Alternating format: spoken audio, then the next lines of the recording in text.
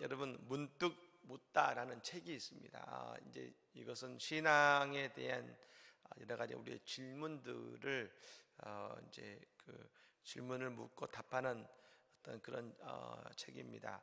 근데 거기에 이런 이야기가 나옵니다. 레오나르도 다빈치가 그린 최후의 만찬이라는 이야기가 나옵니다. 여러분 밀라노의 산타 마리아 델레 그라치의 성당이죠. 그곳에 가면 그 성당의 식당벽에 이 다빈치의 최후의 만찬이 이제 그려진 것입니다. 로마에 가보면 사실 가면 그리고 또 여러 가지로 우리가 볼 수 있는 것입니다만 그 그림을 본 미국의 이제 한 미국의 음식 문화 연구자 이 존 바리아노라는 사람이 호기심을 가졌습니다. 그건 뭐냐? 그 최후의 만찬에 그려진 그 음식이 있지 않습니까? 저게 어떤 음식일까? 호기심을 갖고 그것을 연구해서 이 사람이 논문을 썼습니다.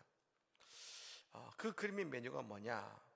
그리고 그 사람이 그것을 논문으로 발표했는데 예수님 앞에 놓여 있는 최후의 만찬 속에 있는 그림의 메뉴가 뭐냐면 그 메인 요리가 있는데 그게 바로 장어 요리랍니다. 장어. 배고프시죠? 장어 요리라는 것이죠. 그리고 예수님의 왼쪽에 작은 접시에 이 오렌지를 슬라이스 해가지고 얇게 해가지고 얹은 구운 장어가 있다라고 구체적으로 메뉴까지 설명한 것입니다.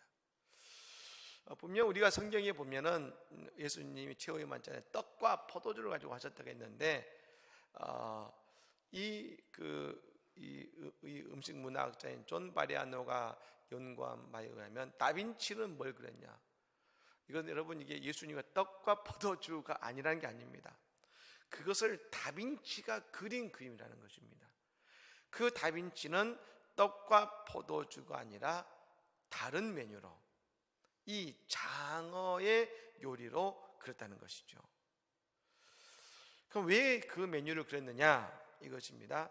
이 물고기에 오렌지를 곁들인 음식이 이 최후의 만찬을 그렸던 이 다빈치 시대의 사람들이 즐겨 먹었던 보편적인 음식이라는 겁니다. 그러니까 실제로 예수님과 12제자가 먹었던 만찬의 음식이 아니라 평소 다빈치가 즐겨 먹었던 음식일 가능성이 있다라고 그 논문은 이야기하고 있는 것이죠. 그러니까 다시 말하면 이게 사실이면 다빈치는 그 그림 속에서 자기가 그 스스로 최후의 만찬을 새롭게 해석한 것입니다. 어떻게요? 만약 오늘 최후의 만찬을 드신다면 예수님은 무엇을 드셨을까? 그리고 생의 마지막 식사라고 한다면 아마도 가장 소중하고 익숙하고 행복한 음식을 드셨을 것이다라고 그가 상상력을 발휘해서 그린 그림이라는 것입니다. 여러분 오늘 말씀은 이 성만찬에 대한 말씀인 것입니다. 그리고 오늘 말씀의 시작은 오늘 말씀 속에서 아주 중요한 메시지로 먼저 시작하고 있는 것입니다. 오늘 17절 말씀인데요. 이렇게 시작합니다. 오늘 뭐냐면 내가 명하는 이 일에 너희를 칭찬하지 아니하나니 이는 너희의 모임이 유익이 못되고 도리어 해로움이 됩니다. 여러분 이 해로움이 됩니다. 이 모임 어떤 모임입니까? 그냥 모이는 모임이 아니라 너희 교회 특별히 너희가 있는 예배를 말하는 것입니다. 근데 여러분 이 예배를 말하는데 그것이 어떤 예배였느냐? 20절 말씀이 이렇게 말합니다. 그런즉 너희가 함께 모여서 주의 만찬을 먹을 수 없으니 라고 한 것입니다. 이것이 지금 너희들의 가장 중요한 안타까움이다, 문제다라고 말씀하시는데 하고 있는데 그것을 표준세원으로 번역하면 이렇게 번역할 수 있습니다. 그렇지만 여러분이 분열되어 있으니 여러분이 한 자리에 모여서 먹어도 그것은 주님의 만찬을 먹는 것이 아닙니다. 다시 말하면 그들이 성만찬을 하지 않은 것이 아니라, 예배를 드리지 않은 것이 아니라 성만찬을 하고 있지만, 그러나 지금 그것은 주님의 만찬이 아니다라고 이야기하고 있는 것입니다. 여러분, 성만찬의 진정한 의미는 뭐겠습니까? 단순히 우리가 볼 수 있는 것입니다. 그리스도와 더불어 하나 되고 그리스도의 몸과 피를, 살과 피를 먹으면서 그리스도 안에서 한 형제요 자매로 하나가 되는 역사가 바로 성만찬이 가지고 있는 중요한 의미라는 것입니다. 그리스도와 하나됨, 성도와의 하나됨, 그것이 성만찬을 통해서 이루어지는 것이죠. 근데 교회가 분열되니까 가장 먼저 그들에게 드러나는 것은 뭐냐면 성만찬이 분열되고 예배 안에서 하나가 되지 못하다는 것입니다. 참 여러분, 신기한 것이 뭐냐면 교회에 어려움이 오면 가장 먼저 드러나는 현상이 있습니다. 성도들이 예배에 집중하지 못하고 은혜가 없어지더라는 것이죠. 그래서 교회는 늘 예배에 최선을 다해야 되고 예배에 집중해야 되는 것입니다. 아무리 어려워도 말입니다. 교회가 아무리 어려워도 예배가 살아있으면 교회는 그 모든 것을 넉넉하게 이겨나가야 될 줄로 믿습니다. 그런데 여러분, 교회 왔는데 예배가 은혜가 안 되면, 예배가 약해지면 우리는 그 문제를 이길 수가 없는 것입니다. 그러니까 여러분, 고린도 교회의 진짜 문제가 이제 드러나는 것입니다. 그것은 뭐냐? 오늘 바울 사도가 이야기합니다. 많은 문제가 있지만 정말 문제가 이것인데, 그것은 바로 예배의 분열이고 대표적으로 성만찬에서 하나가 되지 못하는 것이 오늘 고린도 교회의 가장 큰 문제라는 것을 이야기하고 있는 것입니다. 여러분, 이 당시 우리가 이제 성만찬을 조금 잘 이해하기 위해서는 저 유대인들의 만찬을 이해할 필요가 있습니다. 여러분, 유대인들은 회당을 중심으로 이때는 모입니다. 그런데 이 회당 중심으로 모일 때 유대인들은 늘 함께 식사라는 풍습이 있습니다. 이것을 이제 전문적인 말로 하면 에라노스라고 하는데, 이것이 오늘 우리말로 하면 잔치라는 뜻입니다. 잔치. 이 에라노스는 그 유대계 회당에 속한 유대인들이 우리는 교회에서 준비합니다만 어떻게 하냐면 자기들이 각자 음식을 준비해 옵니다. 그래서 음식을 준비해서 와서 말입니다, 그 안식일에 같이 음식을 나누어 먹으면서 그곳에서 잔치를 벌이는 것입니다. 그런데 이 유대교회 회당에 오는 유대인들 가운데 잘 사는 사람도 있겠고 못 사는 사람도 있지 않겠습니까? 다 뭐 경제적으로 부유하겠습니까? 경제적으로 부유한 사람도 있고 어려운 사람도 있을 것인데 말입니다. 그러다 보니까 잘 사는 사람들은 아무래도 음식이 좀 고급스럽고 좀 풍성히 가져오겠죠. 그리고 어려운 사람들은 가져오긴 오겠지만 그 음식이 좀 아무래도 약할 수밖에 없지 않겠습니까? 그러다 보니까 그들이 함께 모여서 음식을 먹는데, 회당에서 말입니다, 잘 사는 사람들은 잘 사는 사람끼리 모여서 음식 먹고 말입니다, 어려운 사람들은 그들끼리 모여가지고 먹는 것이죠. 그러다 보니까 그들이 회당에 모여서 하나님께 예배드리기 위해서 모였지만 그러나 한 마음으로 예배드리지 못하게 되더라는 것입니다. 흔히 그리스도교의 성만찬을 또 다른 말로 하면 아가페 식사라고도 합니다. 사랑의 식사 교제라는 것이죠. 근데 이 고린도 교회가 분열되자 그들은 아가페에 속하는 식사의 교제를 하는 것이 아니라 저 에라노스, 나뉘어져서 말입니다, 분열되어서 하는 식탁이 되더라는 것입니다. 여러분, 오순절 마가의 다락방에 성령 받은 이후에 맨 처음 드러났던 변화가 있었습니다. 그것은 사도행전 2장 46절의 말씀이 이것이죠. 날마다 마음을 같이하여 성전에 모이기를 힘쓰고 집에서 떡을 떼며 기쁨과 순전한 마음으로 음식을 먹고라 했습니다. 그들이 성령 받은 이후에 성전에 모이고 그리고 집에서 떡을 떼고 기쁨과 순전한 마음으로 음식을 먹었다고 했습니다. 여러분, 여기서 집은 뭐냐면 그 당시의 성전인 것이죠. 그 유대교 성전이 아니라 교회인 것입니다. 초대교회 교인들의 모인 것입니다. 그곳에서 기쁨과 순전한 마음으로 모두 다 하나가 되어서 음식을 먹고 여러분 떡을 뗐다는 것입니다. 그렇습니다. 초대교회 공동체는 성령 받은 이후에 순전한 마음으로 떡을 떼면서 그리스도의 몸을 나눈 것입니다. 그래서 진정한 사랑의 공동체를 이루어간 줄로 믿으시기를 바랍니다. 여러분, 이 성만찬은 뭡니까? 예수님께서 십자가에 달려 돌아가시면서 우리에게 주신 것이 바로 성만찬입니다.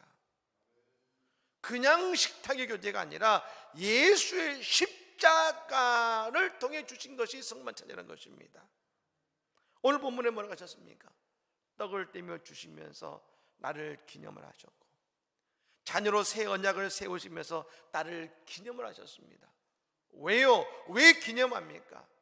예수님의 십자가를 그들이 모일 때마다 기억하면서 십자가의 사랑을 기억하고 십자가 아래에서 하나가 되라는 것입니다. 그러므로 성만찬을 통해 우리는 뭘 알아야 되느냐? 우리에게 주신 예수의 은혜를 먼저 알아야 된다는 것이죠. 은혜를 알아야 된다는 것입니다. 그리고 성만찬을 통해서 우리 자신을 깊이 돌아봐야 됩니다. 예수님이 나를 위해 살과 피를 주셨는데, 십자가의 은혜를 주셨는데, 나는 지금 주님 앞에서 어떻게 살아가고 있는가? 나는 저 십자가의 사랑, 이 사랑의 떡과 잔을 받을 만한 자격이 있는가? 내 그런 삶을 살아가고 있는가? 그 떡과 잔 앞에서 늘 자신을 돌아봐야 되는 것입니다. 그런 것이죠. 그러니 말입니다. 그렇기 때문에 성만찬을 기념하는 것은 함께 모여서 예배할 수 있는 것, 함께 모여서 군의 감격으로 식탁을 맞이할 수 있는 것이 우연이 아니라 그냥 우리가 할 수 있는 것이 아니라는 것이죠. 모든 것이 예수의 십자가를 통해 이루어졌으니 우리는 그 사랑에 감사하고 그 사랑을 받은 자로서 우리가 서로 더욱더 사랑하고 더욱 하나님을 위해 나아가야 된다는 것을 성만찬 통해 깊이 깨달아야 될 줄로 믿습니다. 그것이 것이죠. 그렇게 되면 서로 용서하게 되고, 그렇게 되면 성만찬을 통해서 교회에서 다투고 갈등하던 사람도 다시금 그리스도의 사랑 안에서 하나가 되어야 되는 거 아니겠습니까? 그것이 바로 성만찬을 통해 주시는 하나님의 은혜인 것이죠. 여러분, 교회가 왜 살아의 생명의 역사입니까? 그리스도의 살과 피를 통해 늘 우리가 새로워지고 다시금 사랑을 회복하고 은혜를 회복하기 때문에 교회가 말입니다. 교회는 생명과 사랑의 공동체가 된 줄로 믿습니다. 여러분, 그것이 안 되면 오늘 29절 30절 말씀에 이런 말이 나옵니다. 주의 몸을 분별하지 못하고 먹고 마시는 자는 자기의 죄를 먹고 마시는 것이라. 그러므로 너희 중에 약한 자와 병든 자가 많고 잠자는 자도 적지 않으니. 이 성만찬을 통해서 말입니다. 우리가 그 사랑의 역사를 이뤄내지 못하면 어떤 일이 벌어지느냐? 그 성만찬을 하는 것 같지만 우리는 그것이 우리의 죄를 먹고 마시는 것이 된다는 것이죠. 그리고 그래서 여러분, 이 성만찬은 말입니다, 초대교회는 성만찬을 소중히 여겼습니다.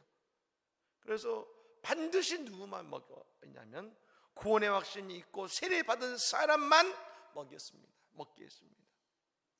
그러니까 여러분, 먼저 모여서 말씀의 잔치를 갖습니다. 말씀에서 은혜 받습니다.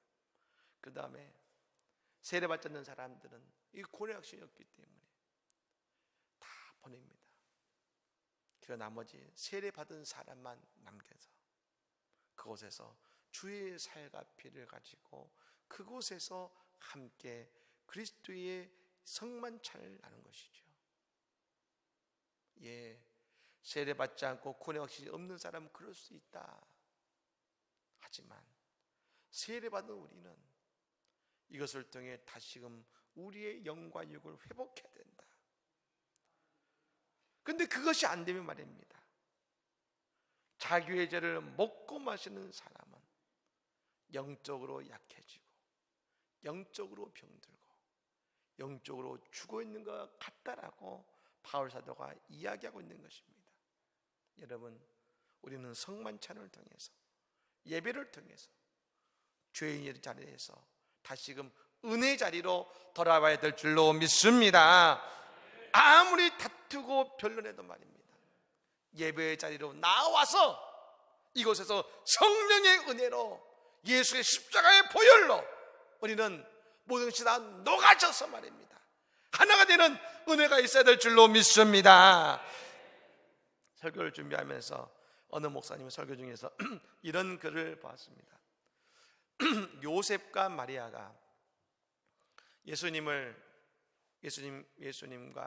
그 가족이 예루살렘으로 이 명절이 되어서 방문했다가 다시금 집으로 돌아가는 중에 하룻길쯤 가다가 발견했습니다. 예수님을 잃어버린 걸 발견한 것이죠.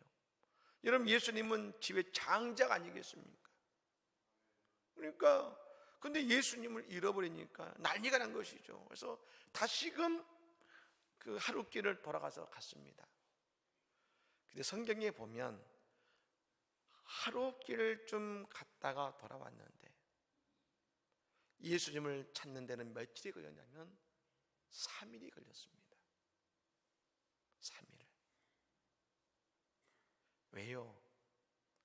그들이 생각하는 곳에 예수님은 계시지 않았다는 것입니다.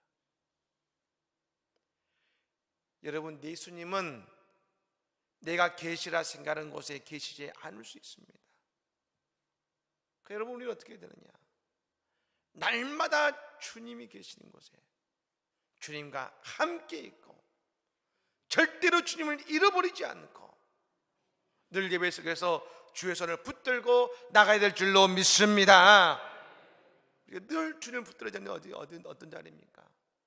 말씀이 살아있고 예배 속에서 하나 되고 은혜 받는 자리가 되어야 될 줄로 믿습니다.